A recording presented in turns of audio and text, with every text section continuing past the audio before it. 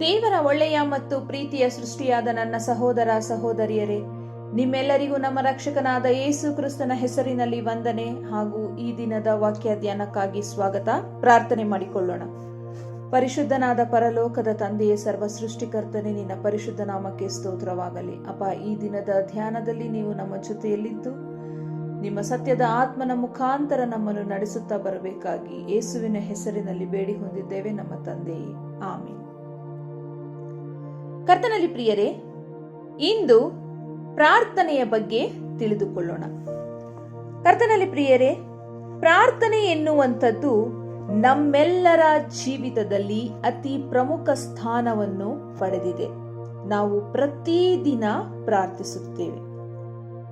ಕರ್ತನಲ್ಲಿ ಪ್ರಿಯರೇ, ನಮಗೆ ಅನೇಕ ವಿಧವಾದ ಪ್ರಾರ್ಥನೆಗಳ ಬಗ್ಗೆ ತಿಳಿದಿದೆ. ಉದಾಹರಣೆಗೆ, ಮುಂಜಾನೆ ಪ್ರಾರ್ಥನೆ, ರಾತ್ರಿ ಸಮಯದ ಪ್ರಾರ್ಥನೆ, ಕಣ್ಣೀರಿನ ಪ್ರಾರ್ಥನೆ, ಮೊಣಕಾಲಿನ ಪ್ರಾರ್ಥನೆ, ಶೋಧನೆ ಸಮಯದ ಪ್ರಾರ್ಥನೆ, ಉಪವಾಸ ಪ್ರಾರ್ಥನೆ, ಹೀಗೆ ಇನ್ನೂ ಹಲವಾರು ರೀತಿಯ ಪ್ರಾರ್ಥನೆಗಳಿವೆ. ಪ್ರಿಯರೇ, ಈ ಎಲ್ಲಾ ಪ್ರಾರ್ಥನೆಗಳಲ್ಲಿ ಶಕ್ತಿ ಇದ್ದರೆ ಆ ಪ್ರಾರ್ಥನೆ ಪರಿಪೂರ್ಣ ಪ್ರಾರ್ಥನೆ ಆಗುತ್ತದೆ, ಮತ್ತೆ ದೇವರು ಮೆಚ್ಚುವಂತಹ ಪ್ರಾರ್ಥನೆ ಆಗುತ್ತದೆ. ಹಾಗಾದರೆ ಇದರ ಅರ್ಥ ಏನು? ದೇವರು ಮೆಚ್ಚುವಂತಹ ಪ್ರಾರ್ಥನೆ ಮಾಡುವುದು ಹೇಗೆ? ಅಥವಾ ನಮ್ಮ ಪ್ರಾರ್ಥನೆಯಲ್ಲಿ ಶಕ್ತಿ ಇರುವುದು ಶಕ್ತಿಯುತವಾದ ಪ್ರಾರ್ಥನೆ ಮಾಡುವುದು ಹೇಗೆ ಅಂತ ತಿಳ್ಕೊಳ್ಳೋಣ. ಕರ್ತನಲ್ಲಿ ಪ್ರಿಯರೇ, ಮೊಟ್ಟ ಮೊದಲನೆಯದಾಗಿ ಪಶ್ಚಾತ್ತಾಪದ ಪ್ರಾರ್ಥನೆ. ಅಂದ್ರೆ ನಮ್ಮ ಪ್ರಾರ್ಥನೆಗಳಲ್ಲಿ ಪಶ್ಚಾತ್ತಾಪ ಇರಬೇಕು. ಕರ್ತನಲ್ಲಿ ಪ್ರಿಯರೇ, ಯಾರು ತಮ್ಮ ತಪ್ಪುಗಳನ್ನು ತಿಳಿದು ತಮ್ಮ ತಪ್ಪುಗಳನ್ನು ದ್ವೇಷಿಸಿ ಅದರಿಂದ ಹೊರಬಂದು ದೇವರ ಬಳಿಗೆ ಬಂದು ಜೀವಿಸಲು ಮಾಡುವ ಪಶ್ಚಾತ್ತಾಪದ ಪ್ರಾರ್ಥನೆಗೆ ಹೆಚ್ಚು ಶಕ್ತಿ ಇದೆ ಮತ್ತು ಆ ಪ್ರಾರ್ಥನೆಯನ್ನು ದೇವರು ಮೆಚ್ಚುತ್ತಾರೆ. ಕರ್ತನಲ್ಲಿ ಪ್ರಿಯರೇ, ನಾನು ಏನು ಹೇಳ್ತಾ ಇದ್ದೀನಿ ಅಂದ್ರೆ, ನಾವುಗಳೆಲ್ಲರೂ ಪ್ರತಿಯೊಬ್ಬರೂ ಪಾಪಿಗಳೇ. ಪ್ರತಿಯೊಬ್ಬರಲ್ಲಿಯೂ ಪಾಪದ ಸ್ವಭಾವಗಳು ಇವೆ. ನಾವು ಮನುಷ್ಯರ ಮುಂದೆ ನಮ್ಮನ್ನು ನಾವು ಸಭ್ಯಸ್ಥರು ಅಂತ ತೋರ್ಪಡಿಸಿಕೊಳ್ಬಹುದು. ಆದರೆ ತಂದೆ ದೇವರು ನಮ್ಮೆಲ್ಲರ ಹೃದಯಾಂತರಾಳಗಳನ್ನು ಪರೀಕ್ಷಿಸಿ ನೋಡುವಾತನಾದ್ದರಿಂದ ನಮ್ಮ ಪ್ರಾರ್ಥನೆಗಳಲ್ಲಿ ಬಹುಮುಖ್ಯವಾಗಿ ಪಶ್ಚಾತ್ತಾಪವಿರಬೇಕು. ನಮ್ಮಲ್ಲಿರುವಂತಹ ಕೆಟ್ಟ ಗುಣಗಳ ಬಗ್ಗೆ, ಕೆಟ್ಟ ನಡತೆಯ ಬಗ್ಗೆ, ಕೆಟ್ಟ ಸ್ವಭಾವದ ಬಗ್ಗೆ ನಮಗೆ ದ್ವೇಷವಿರಬೇಕು. ನೀನು ಸರಿ ಇಲ್ಲ ಅಂತ ಇನ್ನೊಬ್ರು ನಮ್ಮನ್ನ ಕೈ ಮಾಡೋದಲ್ಲ, ನೀನು ಸರಿ ಇಲ್ಲ ಅಂತ ನಾವು ಇನ್ನೊಬ್ಬರ ಬಗ್ಗೆ ಕೈ ಮಾಡೋದಲ್ಲ. ನಮ್ಮನ್ನ ನಾವು ಪರೀಕ್ಷಿಸಿಕೊಂಡು ಆ ಒಂದು ಪಾಪದ ಜೀವಿತದಿಂದ, ಆ ಒಂದು ಕೆಟ್ಟ ನಡವಳಿಕೆ ನನ್ನಲ್ಲಿ ಇದೆ ಸ್ವಾಮಿ, ಇದನ್ನ ನನ್ನಿಂದ ದೂರಪಡಿಸು, ಇದನ್ನ ನಾನು ದ್ವೇಷಿಸ್ತೀನಿ, ಇದು ನನಗೆ ಬೇಡ, ನನಗೆ ನೀನು ಬೇಕು ಅಂತ ನಾವು ಹೃದಯಪೂರ್ವಕವಾಗಿ ಪಶ್ಚಾತ್ತಾಪ ಪಟ್ಟು ದೇವರ ಬಳಿಗೆ ಬಂದು ನಿನ್ನವನಾಗಿ ನಿನ್ನವಳಾಗಿ ಜೀವಿಸಲು ನನಗೆ ಸಹಾಯ ಮಾಡುವಂತ ಕೇಳ್ತೀವಲ್ಲ, ಈ ಪ್ರಾರ್ಥನೆಯಲ್ಲಿ ಬಹುಬಲವಿದೆ. ಈ ಪ್ರಾರ್ಥನೆಯನ್ನು ದೇವರು ಮೆಚ್ಚುತ್ತಾರೆ. ನಮ್ಮ ಪ್ರಾರ್ಥನೆಗಳಲ್ಲಿ ನಾವು ಇನ್ನೊಬ್ಬರನ್ನ ದೂಷಿಸಬಾರದು. ಚೆನ್ನಾಗಿ ಅರ್ಥ ಮಾಡ್ಕೊಳ್ರಿ. ಯಾಕಂದ್ರೆ ನಮ್ಮ ದೃಷ್ಟಿಯಲ್ಲಿ ಅವರು ಕೆಟ್ಟವರಾಗಿರ್ಬೋದು, ಆದ್ರೆ ಸರ್ವರನ್ನು ಅಂದ್ರೆ ಎಲ್ಲರನ್ನು ಸೃಷ್ಟಿ ಮಾಡಿರೋದು ದೇವರು.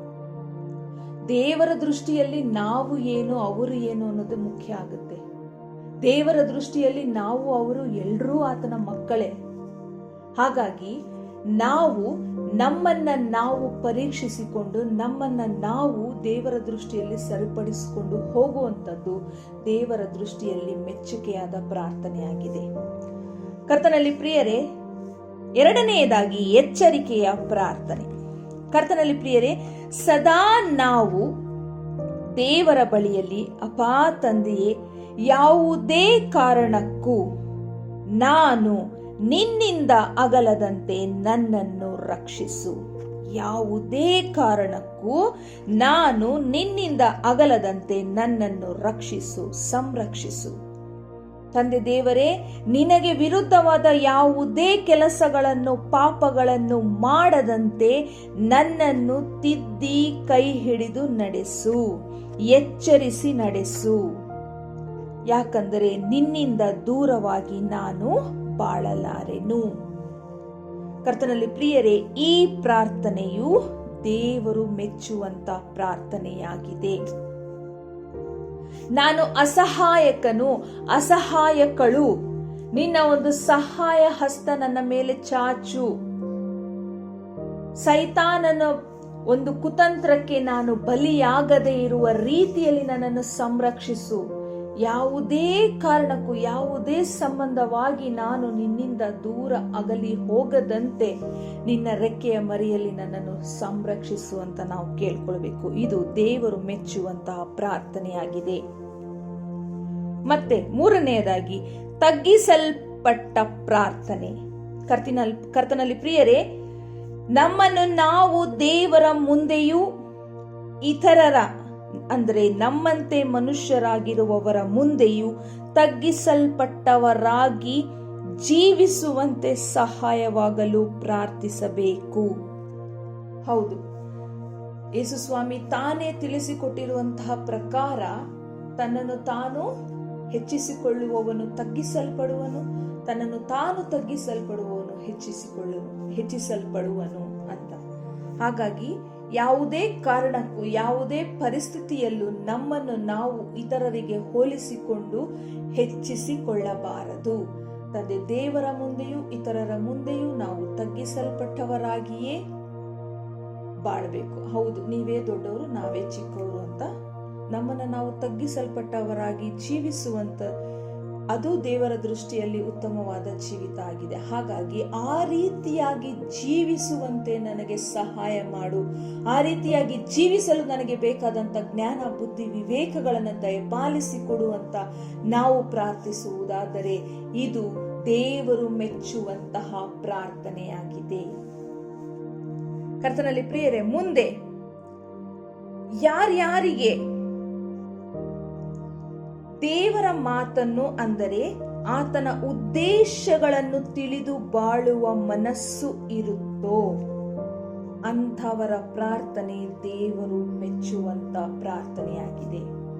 ಕರ್ತನೆ, ಈ ಲೋಕದಲ್ಲಿ ಇರುವಂತಹ ಎಲ್ಲಾ ಮನುಷ್ಯರಿ ಅವರ ಜೀವಿತದಲ್ಲೂ ನಿನ್ನ ಒಂದು ಚಿತ್ತ ಇದೆ. ಹಾಗಾಗಿ ನನ್ನ ಜೀವಿತದಲ್ಲಿ ನಿನ್ನ ಚಿತ್ತ ಏನು, ನಿನ್ನ ಒಂದು ಉದ್ದೇಶವೇನು, ಯಾತಕ್ಕಾಗಿ ನನ್ನನ್ನು ಈ ಭೂಮಿಯಲ್ಲಿ ಸೃಷ್ಟಿಸಿದ್ದಿ, ನಿನಗಾಗಿ ನಾನು ಏನು ಮಾಡಬೇಕು ಅನ್ನುವಂಥ ಈ ಒಂದು ಪ್ರಾರ್ಥನೆ, ಈ ಒಂದು ವಿಜ್ಞಾಪನೆ ದೇವರಿಗೆ ಮೆಚ್ಚುಗೆಯಾಗಿದೆ. ಕರ್ತನಲ್ಲಿ ಪ್ರಿಯರೇ, ಯಾವಾಗ ನಾವು ಬರೀ ನಮಗಾಗಿನೇ ಪ್ರಾರ್ಥನೆ ಮಾಡ್ತಾ ಇರ್ತೀವಿ, ಆ ಪ್ರಾರ್ಥನೆನೂ ದೇವರು ಕೇಳಿಸ್ಕೊಳ್ತಾರೆ, ಇಲ್ಲ ಅಂತಲ್ಲ.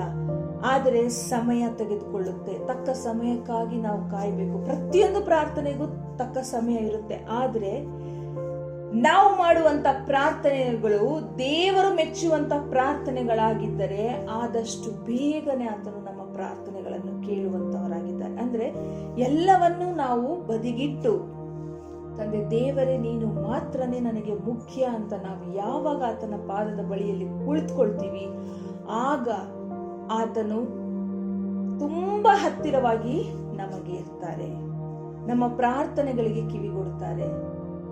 ಆತನು ತನ್ನ ಚಿತ್ತದಂತೆ ನಮ್ಮನ್ನು ನಡೆಸುತ್ತಾರೆ. ನಾವು ಬರೀ ನಮಗೆ ಬೆಳಕಾಗಿರುವುದಲ್ಲದೆ ಇತರ 10 ಜನಗಳಿಗೆ ಬೆಳಕಾಗಿರುವಂತೆ ದೇವರು ನಮ್ಮನ್ನು ನಡೆಸುತ್ತಾರೆ. ಕರ್ತನಲ್ಲಿ ಪ್ರಿಯರೇ, ಯಾವಾಗ ನಾವು ನಮ್ಮನ್ನು ನಾವು ತಗ್ಗಿಸಿಕೊಂಡು ದೇವರ ಉದ್ದೇಶಗಳನ್ನು ತಿಳಿದುಕೊಂಡವರಾಗಿ ಆತನಿಗೋಸ್ಕರ ಬಾಳುವಂತ ಮನಸ್ಸು ಮಾಡ್ತೀವೋ, ಆಗ ದೇವರು ನಮ್ಮನ್ನು ಉನ್ನತವಾಗಿ ನಡೆಸುವಂತವರಾಗಿದ್ದಾರೆ. ಉನ್ನತ ಅಂದ್ರೆ ನಾನು ಹೇಳ್ತಾ ಇರೋದು ಈ ಲೋಕದಲ್ಲಿರುವಂತಹ ಆಸ್ತಿ, ಅಂತಸ್ತು, ಐಶ್ವರ್ಯ ಅವುಗಳ ಬಗ್ಗೆ ಅಲ್ಲ. ದೇವರ ದೃಷ್ಟಿಯಲ್ಲಿ ಉನ್ನತರಾಗಿ ನಮ್ಮನ್ನು ಜೀವಿಸುವಂತೆ ಮಾಡ್ತಾರೆ. ನಮ್ಮ ಜೀವಿತದ ಪ್ರತಿಯೊಂದು ಕ್ಷಣದಲ್ಲಿಯೂ ಆತನು ನಮ್ಮ ಜೊತೆಯಲ್ಲಿದ್ದು ನಮ್ಮನ್ನು ಕೈ ಹಿಡಿದು ನಡೆಸ್ತಾರೆ. ಇದೇ ತಾನೇ ನಮಗೆ ಬೇಕಾಗಿರುವಂಥದ್ದು. ಕರ್ತನಲ್ಲಿ ಪ್ರಿಯರೇ, ತಂದೆ ದೇವರ ಚಿತ್ತ ಏನಿದೆ ಅನ್ನುವುದನ್ನ ತಿಳಿದುಕೊಂಡು ಅದಕ್ಕಾಗಿ ಬಾಳಲು ಯಾವಾಗ ನಾವು ಮುಂದಾಗ್ತೇವೋ ಆಗ ನಮ್ಮೆಲ್ಲ ಪ್ರಾರ್ಥನೆಗಳಿಗೆ ಉತ್ತರ ಸಿಕ್ಕೇ ಸಿಕ್ಕುತ್ತದೆ.